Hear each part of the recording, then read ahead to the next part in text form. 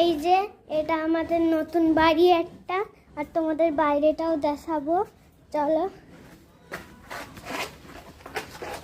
এই যে বাইরেটা যাচ্ছি। আমাদের 3টে ঘর আছে, এই দুটো আমাদের ঘর। আর এই যে এখানটায় পাম্প বসিয়েছে, এই যে।